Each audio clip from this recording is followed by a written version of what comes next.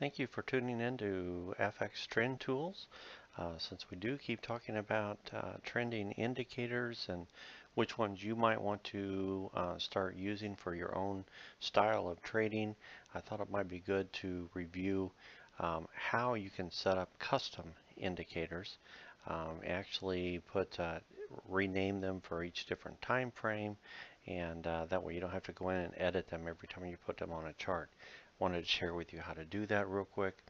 Um, let's get to that. So if we were to actually take a plain chart and let's add one of our indicators here. We've talked about this one a couple times, the RSI indicator that we can put on there. It starts out, this is in the 15-minute time frame, and so we might want to check that out. Do we like that?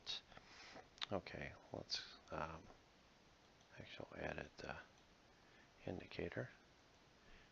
Pull it up, get an indicator list, edit that one. And we might want to try that one on a 1 hour time frame and see how that changes now. We took a lot of the chop out of it. And you might want to trade that, getting in and out if you want to watch it kind of closely. But if you right click, go down again to your indicator list and pull that up. Now we can try that on a 4 hour. And to me, that's more like what I want to trade. You take a short up here, take that all the way down to here, and you might want to take an uptrend to there, and then we're back into a short. So that's probably more like what I would want to do.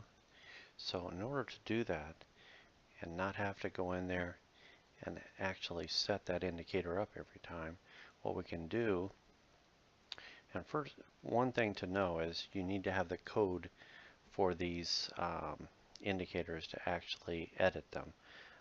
And I do have the code on almost all of mine.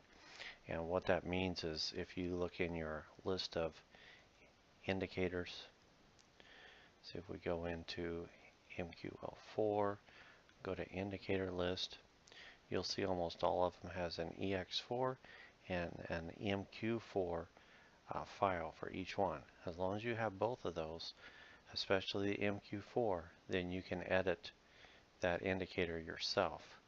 If you're missing the MQ4 and only have the EX4 file for that particular indicator, then you won't be able to edit that. So as you can see, I have them for almost all of mine. And that's because most of them are custom indicators. So if we right click on that and say modify, instead of putting it on the chart, we're going to modify it.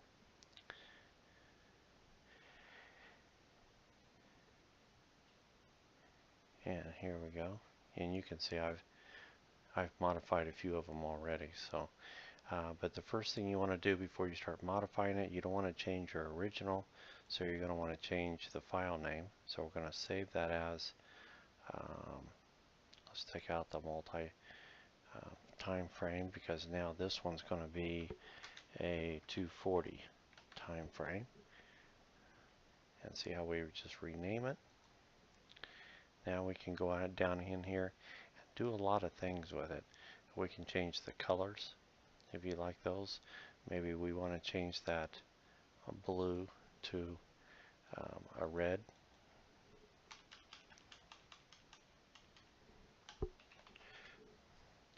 And we go down here where it says current period, take that out, and the period that we wanted is 240, 4 hour. And maybe we want to turn the alerts on, so we can type that, change that to true, and we can make sure. And I always like emails, especially when they're nice big 4 hour ones, so that if I'm out someplace I can get an email. So we want to turn that to true so it can email me. This is the style of the arrows, how much it gaps up, arrow size up and down. Maybe we want to change the arrow size a little bit, get a little bit bigger view on that. And then we're going to compile it and that gives it both of those files again, the EX4 and the MQ4. You compile it. If you don't have any warnings down here, everything's good. So now if we have a clean template, actually my clean still has a few things on here, so let's take those off. Remove, and we want to take objects off. That's a better clean template, so let's save that. That's clean. That way every time you want to get all the indicators off, you can start out fresh again. And we want to put that 240 on that we just pulled up. The 240 time frame. And see, now we've got a red indicator. And I actually think maybe it was this one. Let's see, because I think that might have been a different custom one that I had made. So let's see. That's it. And you can hear the indicators on again. So we changed that to red. We made them a little bigger, and now they're always 4 hours. So all we need to do is drag them onto that chart.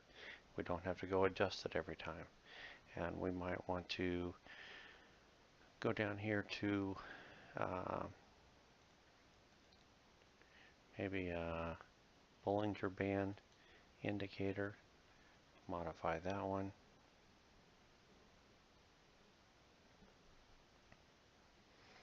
I'm going to save that one and put it up there as a 1 hour.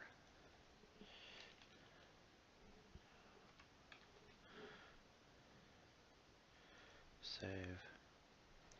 And we can briefly go down.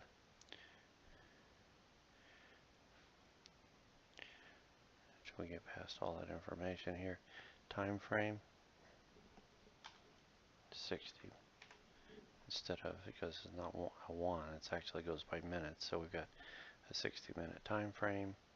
Compile that. No errors. And we can do a file, save as a 4 hour. Change that to 240. Compile. Now we've got two of them over here. One that it's a 1 hour. A one that's a 4 hour. And then we can see it's kind of hard to tell the differences. But if we change the colors on these to a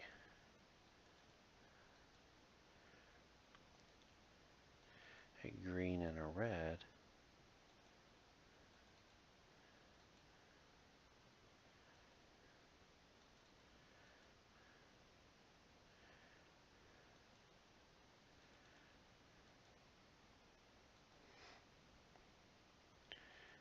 maybe even make them a little bit bigger lines. Then we can tell the 4 hour time frames here, the 30-minute or the 60-minute time frames here, and that helps give us a little better idea of what the longer term time frame is, what the shorter term time frame is. We can set them apart by color. Now remember, we just made those changes on that 60-minute one, so let's go back and do that. On the 4 hour one, we can modify that again. We changed it to lime and red, I think, right? So let's go back up at the top. And these blues are going to become lime. Let's say lime green, maybe that's what it is. And the coral is going to be red. I'm going to do that for each one of those. Lime. Oops.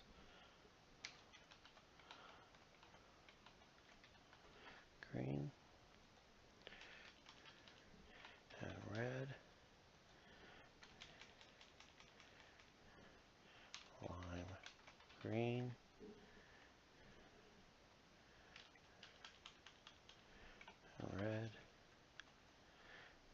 we change the size of those to 3 instead of 2, so they're going to be a little bit bigger. And we can compile that. And now if we take that off the chart and we put our 4-hour back on, it's going to be exactly like how we set it. So that's a way to put your indicators on, or have custom indicators for different time frames, and not have to reset them up all the time. Just drag them over, and then of course you can make your template. You right click, template, save this as some particular template that you might want, a different view that you might want to call it, and that would be your template. Now to me that's a little bit messy, but it at least shows you on there. So if we took that off, that's a little bit cleaner, and maybe we want to do something like maybe a bar chart down at the bottom for even a longer term. I think we had half trend bar chart. Again, we can do that for a longer term. And we can change that where the alerts are on, emails are on. You can see that we can make those kind of changes. We would want to do that again. Modify. That's how easy it is. It's just to modify and to change it. Here we go again. You gotta get that blue off of there. And put lime, or whatever color you like, and change the time period to 240. Alerts, maybe you want the alerts on, like I do sometimes. We want to put true on emails. I don't care for all those sounds though. False on the sounds. And we're going to save as. Don't forget to save that as a different file name so that you don't overwrite the master though. 240. Compile. No errors. I'll close that. Take it off and make sure it's going to work. Go back down. And there we go. So now we've got something that's, you know, that's a short trend, going short, and that kind of double verifies it. Here's where this one says to take it short. And you can actually readjust those again too. Maybe you want that to be a little tighter, you would change that to a 1. Not a lot of changes on this one that can be made, so you kind of either like the indicator or you don't. But that really double verifies. That's where you want. So that's how you make custom indicators. I do that a lot. You may see that a lot when you see my indicators come up. I thought you might want to try that and start working on your own.